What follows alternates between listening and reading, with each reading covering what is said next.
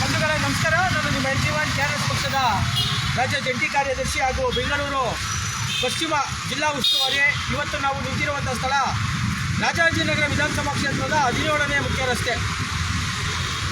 ಸುಮಾರು 4 ಬಾರಿ ಶಾಸಕರಾಗಿ ಆಯ್ಕೆಯಾಗಿರುವಂತಹ ಹಾಗೂ ಇದ್ದಂತಹ ಮಾಜಿ ಸಚಿವರು ಹಾಲಿ ಶಾಸಕರಾಗಿರುವಂತಹ ಸುರೇಶ್ ಕುಮಾರ್ ಅವರು ಪ್ರತಿನಿಧಿಸಿರುವಂಥ ಕ್ಷೇತ್ರ ಇದು ರಾಜಾಜಿನಗರ. BJP ಸರ್ಕಾರದಲ್ಲಿ ಶಿಕ್ಷಣ ಸಚಿವರಾಗಿದ್ದರು, ಚಾಮರಾಜನಗರದ ಉಸ್ತುವಾರಿಗಳು ಸಹ ಆಗಿದ್ದರು. ಆಮೇಲೆ ಪಾಪ ಸುರೇಶ್ ಕುಮಾರ್ ಅವರು ಯಾವ ರೀತಿ ಅಂದರೆ, ಯಾರಾದರೂ ಒಂದು ಕೆಲಸವನ್ನು ಮಾಡಿದರೆ ಆ ಕೆಲಸಕ್ಕೆ ಫಲ ಸಿಕ್ಕಿದರೆ ಅದನ್ನು ನಾನೇ ಮಾಡಿದೆ ಅಂತ ಹೇಳಿಕೊಳ್ಳುವಂತಹ ಒಬ್ಬ ಸರಳ ಸಜ್ಜನ ಪ್ರಾಮಾಣಿಕ ಶಾಸಕ ಸುರೇಶ್ ಕುಮಾರ್ ಅವರು. ಯಾಕೆ ಈ ಮಾತು ಹೇಳ್ತಾ ಇದ್ದೀನಿ ಅಂದರೆ, ಕಳೆದ 1 ತಿಂಗಳ ಹಿಂದೆ ಏನು ಡಾಕ್ಟರ್ ರಾಜ್ಕುಮಾರ್ ಮುಖ್ಯ ರಸ್ತೆ ಇದೆ, ಅದು ಸಹ ರಾಜಾಜಿನಗರ ವಿಧಾನಸಭಾ ಕ್ಷೇತ್ರಕ್ಕೆ ಸೇರುತ್ತೆ. ಅಲ್ಲಿ ಬಿ-ಸ್ಮೈಲ್ BBMP ಅಥವಾ GBA ಬಿ-ಸ್ಮೈಲ್ ಎನ್ನುವಂಥ ಪ್ರಾಜೆಕ್ಟ್ನಿಂದ ಮೇಜರ್ ರೋಡ್ಸು, ಮುಂಚೆ ಮೇಜರ್ ರೋಡ್ಸ್ ಇತ್ತು, ಇವತ್ತಲ್ಲಿ ಏನು ಸಿಮೆಂಟ್ ರಸ್ತೆ ವೈಟ್ ಟಾಪಿಂಗ್ ನಡೀತಾ ಇದೆ. ನಾವು ಕರ್ನಾಟಕ ರಾಷ್ಟ್ರ ಸಮಿತಿ ಪಕ್ಷದ ವತಿಯಿಂದ ಒಂದು 100 ಬಾರಿ ಅಧಿಕಾರಿಗಳಿಗೆ ನೋಡಿ ಕಾಮಗಾರಿ ಮಾಡ್ತಾ ಇದ್ದೀರಾ, ಕರ್ನಾಟಕ ಪಾರದರ್ಶಕ ಕಾಯ್ದೆ ಏನು ಹೇಳುತ್ತೆ ಅಂದರೆ ಕಡ್ಡಾಯವಾಗಿ ಮಾಹಿತಿ ಫಲಕವನ್ನು ಪ್ರದರ್ಶನ ಮಾಡಿರಬೇಕು. ಯಾಕೆಂದರೆ ಯಾವುದೇ ಕಾಮಗಾರಿ ನಡೆದರೂ ಅದಕ್ಕೆ ಯಾವುದೇ ರಾಜಕಾರಣಿಯಾಗಿರಲಿ ಸರ್ಕಾರಗಳಾಗಿರಲಿ ದುಡ್ಡು ತರಲ್ಲ. ನಾವು ಕಟ್ಟುವ ತೆರಿಗೆ ಹಣ ಸಾರ್ವಜನಿಕರ ತೆರಿಗೆ ಹಣದಿಂದ ಅಥವಾ ಸಾರ್ವಜನಿಕರ ಹೆಸರಿನಲ್ಲಿ ಅಭಿವೃದ್ಧಿಯ ಹೆಸರಿನಲ್ಲಿ ಸರ್ಕಾರಗಳು ಸಾಲ ಮಾಡುವಂಥ ಕಾಮಗಾರಿಗಳು. ಹಾಗಾಗಿ ರಾಜ್ಯದ ಜನಕ್ಕೆ ಮತ್ತು ಕ್ಷೇತ್ರದ ಜನಕ್ಕೆ ಈ ಕ್ಷೇತ್ರದಲ್ಲಿ ನಡೀತಾ ಇರುವ ಕಾಮಗಾರಿಗಳ ಬಗ್ಗೆ ಮಾಹಿತಿ ಇರಬೇಕು. ಎಷ್ಟು ಕೋಟಿ ರೂಪಾಯಿ ಖರ್ಚು ಮಾಡಿ ಕಾಮಗಾರಿಗಳನ್ನು ಮಾಡಿದ್ದಾರೆ ನಿಂತ್ಕೊಂಡ್ರೆ ಏನಾಗಲ್ಲ, ಹೋಗ್ತಾರೆ. ಕಾಮಗಾರಿಗಳು ನಡೀತಾ ಇದೆ ಅನ್ನೋದನ್ನು ತಿಳ್ಕೊಳ್ಳುವಂಥ, ಏಕೆಂದರೆ ಓಟ್ ಕೊಟ್ಟಿರ್ತೀವಿ, ನಮ್ಮ ದುಡ್ಡು ನಮಗೆ ಲೆಕ್ಕ ಕೊಡಬೇಕು. ಆ ಕಾರಣದಿಂದ ಆ್ಯಸ್ ಪರ್ ಟ್ರಾನ್ಸ್ಪರೆನ್ಸಿ ಆ್ಯಕ್ಟ್ ಕಡ್ಡಾಯವಾಗಿ ಮಾಹಿತಿ ಫಲಕವನ್ನು ಪ್ರದರ್ಶನ ಮಾಡಿರಬೇಕು. ಆದರೆ ಬಿ-ಸ್ಮೈಲ್ ಏನಿದೆ, ಆ ಅಧಿಕಾರಿಗಳಿಗೆ ನಾವು ಎಷ್ಟೇ ಚಳಿಯಾಟಿ ಕೊಟ್ಟರು ಮಣ್ಣು ಬಿದ್ದುಬಿಟ್ಟಿದ್ರು, ಮಾಹಿತಿ ಫಲಕ ಹಾಕಿರಲಿಲ್ಲ. ಕೊನೆಯದಾಗಿ ನಾವು ಲೋಕಾಯುಕ್ತಕ್ಕೆ ದೂರನ್ನು ದಾಖಲಿಸಿದ ನಂತರ 2 ದಿನಗಳಲ್ಲಿ ಮಾಹಿತಿ ಫಲಕವನ್ನು ಹಾಕಿದ್ರು. ಆ ಮಾಹಿತಿ ಫಲಕ ಹಾಕಿದ ತಕ್ಷಣ ಪಾಪ ಸರಳ ಶಾಸಕರು ಸುರೇಶ್ ಕುಮಾರ್ ಅವರು JB ಕೈ ಹಾಕ್ಕೊಂಡು ಪೋಸ್ಟ್ ಕೊಟ್ಟರು, ನಾನೇ ಈ ಮಾಹಿತಿ ಫಲಕವನ್ನು ಹಾಕ್ಸಿದ್ದು ಅಂತ ಫೇಸ್ಬುಕ್ನಲ್ಲಿ, ಅವರ ಫೇಸ್ಬುಕ್ ಪೇಜ್ನಲ್ಲಿ ನಾನೇ ಮಾಡಿಸಿದ್ದು, ಈ ಮಾಹಿತಿ ಫಲಕದ ಹಾಕ್ಸಿದ್ದು ನಾನೇ ಅಂತ ಒಂದು ಪೋಸ್ಟ್ ಕೊಟ್ಟಿದ್ದಾರೆ. ಇದು ಯಾಕೆ ನಾನು ಹೇಳ್ತಾ ಇದ್ದೀನಿ ಅಂದರೆ, ಸುರೇಶ್ ಕುಮಾರ್ ಅವರು ಯಾರೋ ಮಾಡಿದ್ದನ್ನು ನಾನೇ ಮಾಡಿದೆ ಅಂತ ಹೇಳ್ಕೊಳ್ಳುವಂಥವ್ರು. ಇವತ್ತು ಈ ಸ್ಥಳದಲ್ಲಿ ನಾವೇನು 17ನೇ ಮುಖ್ಯ ರಸ್ತೆಯಲ್ಲಿ ನಿಂತಿದ್ದೀವಿ, ಇಲ್ಲೂ ಒಂದು ಅವೈಜ್ಞಾನಿಕವಾದಂಥ ಕಾಮಗಾರಿಗಳು ನಡೀತಾ ಇದೆ. ಅವೈಜ್ಞಾನಿಕವಾದಂಥ ಕಾಮಗಾರಿ ನಡೀತಾ ಇದೆ. ನೀವು ನೋಡ್ಬೋದು, ಕಾಮಗಾರಿ ಪ್ರಾರಂಭ ಆಗಿದೆ. ಸ್ವಾಮಿ ಸುರೇಶ್ ಕುಮಾರ್ ಅವರೇ, ಇಲ್ಲಿ ಎಲ್ಲಿ ಮಾಹಿತಿ ಫಲಕವನ್ನು ನೀವು ಹಾಕ್ಸಿದ್ದೀರಾ? ಪಾಪ ಅಲ್ಲಿ ಹಾಕ್ಸ್ಬಿಟ್ರಲ್ಲ. ಅದೇ ರೀತಿ ಇದು ನಿಮ್ಮ ವಾರ್ಡ್ನಲ್ಲಿ ನಡೀತಾ ಇರುವಂಥ ಕೆಲಸ, ವಾರ್ಡ್ ಅಥವಾ ಏನು ಉಪವಿಭಾಗ ಇದೆ ಅವರು ಮಾಡ್ತಾ ಇರುವಂಥ ಕೆಲಸ, GBA ಉಪವಿಭಾಗ AEE ಎಕ್ಸಿಕ್ಯೂಟಿವ್ ಇಂಜಿನಿಯರ್ ಅವರು ಮಾಡ್ತಾ ಇರುವಂಥ ಕೆಲಸಗಳಿದು. ಎಲ್ಲಿದೆ ಮಾಹಿತಿ ಫಲಕ? ನಮಗೆಲ್ಲೂ ಕಾಣಿಸ್ತಿಲ್ಲ. ಅಲ್ಲೊಂದು ನೋಡಿದೆ, ಯಾವುದಿದು ಮುಖ್ಯ ರಸ್ತೆ ಅಂತ ತೋರಿಸುವಂಥದ್ದು. ಪಾಪ GBA ಅಧಿಕಾರಿಗಳು ಕಾಟಾಚಾರಕ್ಕೆ ಗೊತ್ತಾಗ್ಬಿಡ್ಬೇಕು, ಸುರೇಶ್ ಕುಮಾರ್ ಹೆಸರು ಬಂದ್ಬಿಡ್ಬೇಕು, ಯಾವುದೋ ಒಂದು ಚಾಪೆ ತಂದು ಹಾಕಿದ್ರು, ಅದು ಕಿತ್ತೋಗಿದೆ. ಯಾಕೆಂದರೆ GBA ಆಗಿ ಕೇವಲ 6-7 ತಿಂಗಳಾಗಿರಬೇಕು, ತರಾತುರಿಯಲ್ಲಿ ಹಚ್ಚಿರುವಂಥದ್ದು, ಅದು ಕಿತ್ತೋಗಿದೆ. ಇಲ್ಲಿ ಬೆಂಗಳೂರಲ್ಲಿ ಭಾರೀ ಮಳೆ ಬಂದು 1 ವಾರ ಆಯಿತು. ಮಳೆ ಬಂದು ಇಡೀ ಬೆಂಗಳೂರು ನಗರದಾದ್ಯಂತ ಬಸವನಗುಡಿ, ಮಲ್ಲೇಶ್ವರಮು, ರಾಜಾಜಿನಗರ ಸೇರಿದಂತೆ ಬಹುತೇಕ ಕಡೆ ಏನು ಮರಗಳು ಗೊಂಬೆ ಕಡ್ಕೊಂಡು ಬಿದ್ದೋದು. 1 ವಾರ ಆದ್ರೂ GBA ಅಧಿಕಾರಿಗಳು ಆ ಗೊಂಬೆಗಳನ್ನು ತೆರವುಗೊಳಿಸೋದಕ್ಕೆ ಸಾಧ್ಯ ಆಗಿಲ್ಲ. ಏನು ಮಾಡ್ತಾ ಇದ್ದೀರಪ್ಪ ಸ್ಥಳೀಯ ಶಾಸಕರು? ಬಂದು ಮಾತಾಡಬೇಕಲ್ವಾ? ನಾನು ಮಾಡಿಸ್ತಾ ಇದ್ದು ಹೇಳ್ಕೋಬೇಕಲ್ಲ.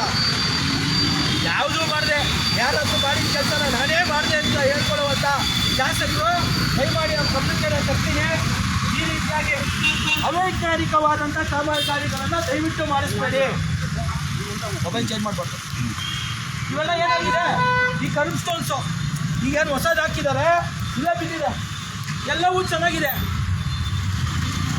ತೋರಿಸಿದ್ದು BBMP ಇರ್ಬೋದು,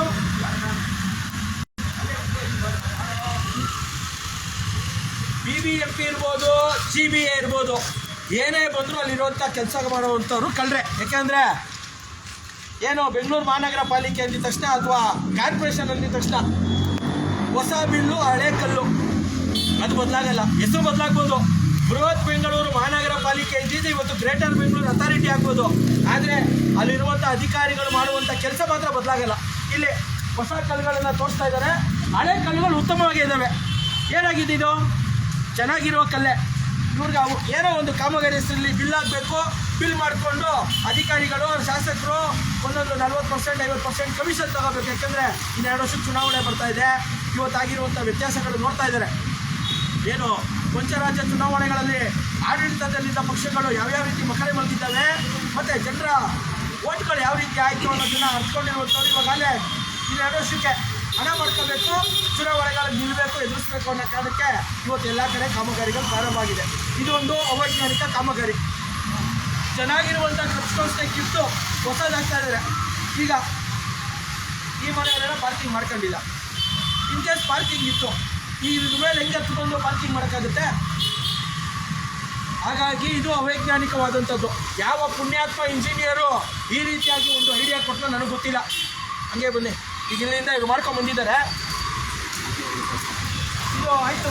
ಹೀಗೆ ಏನೋ ಇವರು ಬ್ರಾಡ್ ಬೆಂಗಳೂರು ಅನ್ನುವಂಥ ಉಸ್ತುವಾರಿ ಸಚಿವರು ಏನು ನಮ್ಮ DK ಶಿವಕುಮಾರ್ ಅವರು ಇದನ್ನು ಬ್ರಾಡ್ ಬೆಂಗಳೂರು ಮಾಡ್ತೀವಿ ಅಂತ ಇದ್ದಾರೆ. ಅವರು ಬ್ರ್ಯಾಂಡ್ ಮಾಡ್ತಾರೋ ಇಲ್ವೋ, ಆದರೆ ಬ್ಯಾಡ್ ಬೆಂಗಳೂರು ಅಂತೂ ಮಾಡಿದ್ದಾರೆ. ನೀವು ನೋಡ್ಬೋದು. ಈ ಕ್ಲಬ್ ಸ್ಟಾಲ್ ಇಲ್ಲಿಗೆ ಸ್ಟಾಪ್ ಆಯಿತು. ಇವರು ಮನೆಯವ್ರಿಗೆ ಪಾರ್ಕಿಂಗ್ ಮಾಡ್ಕೋಬೇಕು. ಆ ಕ್ಲಬ್ ಸ್ಟಾಲ್ ಹಾಕಿದ್ರೆ ಗಾಡಿ ಹೋಗಲ್ವಲ್ಲ. ಇಲ್ಲೇ ಈಗ ಆ ಕ್ಲಬ್ ಸ್ಟೋನ್ಗಿರುವಂಥ ಕಳೆ ಎಲ್ಲಿ ಬಂತು? ಇದು ಒಳಗಡೆ ಹೋಗ್ಬಿಟ್ಟಿದೆ. ಇದು ಹಾಕಿಲ್ಲ ಅಂದರೆ ಆಗಿರೋದಲ್ಲ. ಮಾಮೂಲಿ ಟೆನ್ಸ್ಕಲ್ಲಿ ಹಾಕಿದ್ರೆ ನಡೀತಿತ್ತಲ್ಲ. ಈ ಕಾರಣದಿಂದಾಗಿ ನಾವು ಹೇಳ್ತಾ ಇರುವಂಥದ್ದು ಇದು ಅವೈಜ್ಞಾನಿಕವಾದಂಥದ್ದು ಮತ್ತು ಇದಕ್ಕೆ ಬರೀ ದುಡ್ಡು ತಿನ್ನೋದಕ್ಕೆ ಮಾಡ್ತಾ ಇರುವಂಥ ಕಾಮಗಾರಿಗಳು. ನಾವು ಕರ್ನಾಟಕ ರಾಷ್ಟ್ರ ಸಮಿತಿ ಪಕ್ಷದ ವತಿಯಿಂದ ನಮ್ಮ ಪಶ್ಚಿಮ ಜಿಲ್ಲಾಧ್ಯಕ್ಷ ನೇತೃತ್ವದಲ್ಲಿ ಈ ಕೂಡಲೇ ಇದು ಕಳಪೆ ಕಾಮಗಾರಿ ಒಂದು, ಮತ್ತು ಯಾವ ಗುತ್ತಿಗೆದಾರ ಕೆಲಸ ಮಾಡ್ತಾ ಇದ್ದಾನೆ, ಯಾವ ರೀತಿಯಾಗಿ ಟೆಂಡರ್ ಆಗಿದೆ, ಹೆಂಗೆ ಇದು ಆರ್ಡ್ರ್ ಆಯಿತು, ಟೆಕ್ನಿಕಲ್ ಆಗಿ ಹೆಂಗೆ ಸ್ಯಾಂಕ್ಷನ್ ಮಾಡಿದ್ದಾರೆ. ಯಾಕೆಂದರೆ ಇವತ್ತು ನೋಡ್ತಾ ಇದ್ದೀವಲ್ಲ, ಯಾವ ಇಂಜಿನಿಯರು ಇದಕ್ಕೆ ಮಾಡೋದಕ್ಕೆ ಐಡಿಯಾ ಕೊಟ್ಟಿದ್ದಾರೆ. ಇದ್ರ ಸಂಪೂರ್ಣವಾದಂಥ ಮಾಹಿತಿಯನ್ನು ಪಡಿಬೇಕು. RTIಯಲ್ಲಿ ಹಾಕಿ ಮಾಹಿತಿ ಪಡೀರಿ. ಲೋಕಾಯುಕ್ತಗೂ ಒಂದು ದೂರನ್ನು ದಾಖಲಿಸಿ. ಏನು ಸ್ಪೀಸ್ ಫೈಲ್ ಬಗ್ಗೆ ನಾವು ದಾಖಲಿಸ್ತೀವಲ್ಲ, ಅದೇ ರೀತಿಯಾಗಿ ಇಲ್ಲಿಯ ಅಸಿಸ್ಟೆಂಟ್ ಎಕ್ಸಿಕ್ಯೂಟಿವ್ ಇಂಜಿನಿಯರು ಮತ್ತು AE ಇಬ್ಬರನ್ನು ಪಾರ್ಟಿ ಮಾಡಿ ಲೋಕಾಯುಕ್ತದಲ್ಲಿ ಕರ್ತವ್ಯ ಲೋಪದ ದೂರನ್ನು ಸಲ್ಲಿಸಬೇಕು. ಅದನ್ನು ನಾವು ಮಾಡ್ತೀವಿ. ಮತ್ತು ಶಾಸಕರೇ, ದಯಮಾಡಿ ಈ ರೀತಿಯಾದಂಥ ಅವೈಜ್ಞಾನಿಕ ಕೆಲಸಗಳನ್ನು ಮಾಡಿಸಬೇಡಿ. ನಿಮಗೂ ಶೋಭೆ ತರಲ್ಲ. ಯಾವತ್ತೂ ಶೋಭೆ ತರೋ ಕೆಲಸ ಮಾಡಿಲ್ಲ. ಇದು ಶೋಭೆ ತರಲ್ಲ. ದಯಮಾಡಿ ಏನು ತಿಂಗಳು ಸಭೆ ಮಾಡ್ತೀರಾ, ವಾರದ ಸಭೆ ಮಾಡ್ತೀರಾ, ರಸ್ತೆಯಲ್ಲಿ ಓಡಾಡ್ತಾ ಇದ್ದೀರಾ, ಬನ್ನಿ 17ನೇ ಮುಖ್ಯ ರಸ್ತೆಗೆ ಬಂದು ಇದನ್ನು ನೋಡಿ. ಈ ಕಾಮಗಾರಿ ವೈಜ್ಞಾನಿಕವಾಗಿದೆಯೋ ಅವೈಜ್ಞಾನಿಕವಾಗಿದೆಯೋ ತಿಳ್ಕೊಂಡು ನಿಮ್ಮ ಇಂಜಿನಿಯರ್ಗಳಿಗೆ ಬುದ್ಧಿ ಹೇಳಿಸ್ಕೊಮ್ಮಿ. DK ಶಿವಕುಮಾರ್ ಅವರೇ, ಯಾವ್ಯಾವುದೋ ಕಾರಣಕ್ಕೆ ಯಾರ್ಯಾರಿಗೋ ಟೆಂಡರ್ ಕೊಡ್ತೀವಿ, ಹಣ ಬರುತ್ತೆ ಅನ್ನೋ ಕಾರಣಕ್ಕೆ ಈ ರೀತಿಯಾದಂಥ ಕಳಪೆ ಕಾಮಗಾರಿಗಳಿಗೆ ಅವಕಾಶ ಮಾಡಿಕೊಡ್ಬೇಡಿ. ಮತ್ತು ಇದು ಬ್ರ್ಯಾಂಡ್ ಬೆಂಗಳೂರು ಆಗಲ್ಲ, ಇದು ಬ್ಯಾಡ್ ಬೆಂಗಳೂರೇ. ಬ್ಯಾಡ್ ಬೆಂಗಳೂರು ಆಗೋದಕ್ಕೆ ನಾವಂತೂ ಬಿಡಲ್ಲ. ನಮ್ಗೆ ಇಷ್ಟ ಇಲ್ಲ. ಏನು ಮಾಡ್ತೀರಾ? ಅಧಿಕಾರ ನಿಮ್ಮ ಕೈಲಿದೆ. ರಾಜ್ಯದ ಜನ ಅಧಿಕಾರ ಕೊಟ್ಟಿದ್ದಾರೆ. ಇದು ನಮ್ಮ ಒಂದು ರೀತಿಯಾದಂತಹ ಅನಿವಾರ್ಯ ಪರಿಸ್ಥಿತಿ. ನಾವು ಮಾತಾಡಲೇಬೇಕು. ಮಾತಾಡದೆ ವಿಧಿ ಇಲ್ಲ. ಹಾಗಾಗಿ DK ಶಿವಕುಮಾರ್ ಅವರ ಬ್ರ್ಯಾಂಡ್ ಬೆಂಗಳೂರಲ್ಲ, ಇದು ಬ್ರ್ಯಾಂಡ್ ಬೆಂಗಳೂರಲ್ಲ, ಬ್ಯಾಡ್ ಬೆಂಗಳೂರು. ಇದನ್ನೆಲ್ಲ ಸರಿ ಮಾಡುವಂಥ ಕೆಲಸವನ್ನು ರಾಜ್ಯದ ಜನ KRS ಪಕ್ಷಕ್ಕೆ ಬೆಂಬಲ ಸೂಚಿಸುವ ಮೂಲಕ ನಾವೆಲ್ಲರೂ KRS ಪಕ್ಷವನ್ನು ಬೆಂಬಲಿಸಬೇಕು. ಯಾರ್ಯಾರು ಈ ವಿಡಿಯೋವನ್ನು ನೋಡ್ತಾ ಇದ್ದೀರಾ, ದಯಮಾಡಿ ಶೇರ್ ಮಾಡಿ. ಒಂದು ಸ್ವಚ್ಛ ಪ್ರಾಮಾಣಿಕ ಜನಪರ ರಾಜಕಾರಣವನ್ನು ಮಾಡಬೇಕು. ಆಡಳಿತದಲ್ಲಿ ಪಾರದರ್ಶಕತೆ ತರಬೇಕು. ಭ್ರಷ್ಟಾಚಾರವನ್ನು ನಿಲ್ಲಿಸಬೇಕು ಅಂತೇಳಿ ಕರ್ನಾಟಕ ರಾಷ್ಟ್ರ ಸಮಿತಿ ಪಕ್ಷ ಕಳೆದ 7 ವರ್ಷಗಳಿಂದ ರಾಜ್ಯದಲ್ಲಿ ಸತತವಾಗಿ ಹೋರಾಟವನ್ನು ಮಾಡ್ತಾ ಇದೆ. ಈ ರೀತಿಯಾಗಿ ಏನು ಕರ್ತವ್ಯ ಲೋಪ ಎಸಗುವಂತಹ ಅಧಿಕಾರಿಗಳ ವಿರುದ್ಧ ಲೋಕಾಯುಕ್ತದಲ್ಲಿ ದೂರು ದಾಖಲಿಸ್ತಾ ಇದ್ದೀವಿ. RTIಯಲ್ಲಿ ಮಾಹಿತಿ ಪಡಿತಾ ಇದ್ದೀವಿ. ಅವ್ರು ಮಾಡ್ತಾ ಇರುವಂಥ ಲೋಪಗಳನ್ನು ಜಗಜ್ಜಾಹೀರಾತು ಮಾಡ್ತಾ ಇದ್ದೀವಿ. ಇವತ್ತು ದಯಮಾಡಿ ರಾಜ್ಯದ ಜನ, ಬೆಂಗಳೂರು ನಗರದ ಜನ ನಮ್ಮನ್ನು ಬೆಂಬಲಿಸಬೇಕು. ಕೊನೆ ಪಕ್ಷ KRSನ ಬೆಂಬಲಿಸಲಿಲ್ಲ ಅಂದ್ರೂ ಪ್ರಾಮಾಣಿಕವಾಗಿ ಹೋರಾಟ ಮಾಡ್ತಾ ಇರುವಂತಹ ಪ್ರಾಮಾಣಿಕರನ್ನಾದರೂ ನೀವು ಬೆಂಬಲಿಸಬೇಕು ಅಂತೇಳಿ ನಾನು ಈ ಸಂದರ್ಭದಲ್ಲಿ ಕಳಕಳಿಯಿಂದ ಮನವಿ ಮಾಡ್ತೀನಿ. ಇವತ್ತು ನನ್ನ ಜೊತೆಗೆ ಕರ್ನಾಟಕ ರಾಷ್ಟ್ರ ಸಮಿತಿ ಪಕ್ಷದ ಬೆಂಗಳೂರು ಪಶ್ಚಿಮ ಜಿಲ್ಲೆಯ ಅಧ್ಯಕ್ಷರಾಗಿರುವಂಥ ದೇವರಾಜ್ ಅವರು ಇದ್ದಾರೆ. ಸದಸ್ಯರಾಗಿರುವಂಥ ವೆಂಕಟೇಶ್ ಅವರು, ಲೋಕೇಶ್ ಅವರು, ಮತ್ತು ಮಾಡ್ತೀನಿ.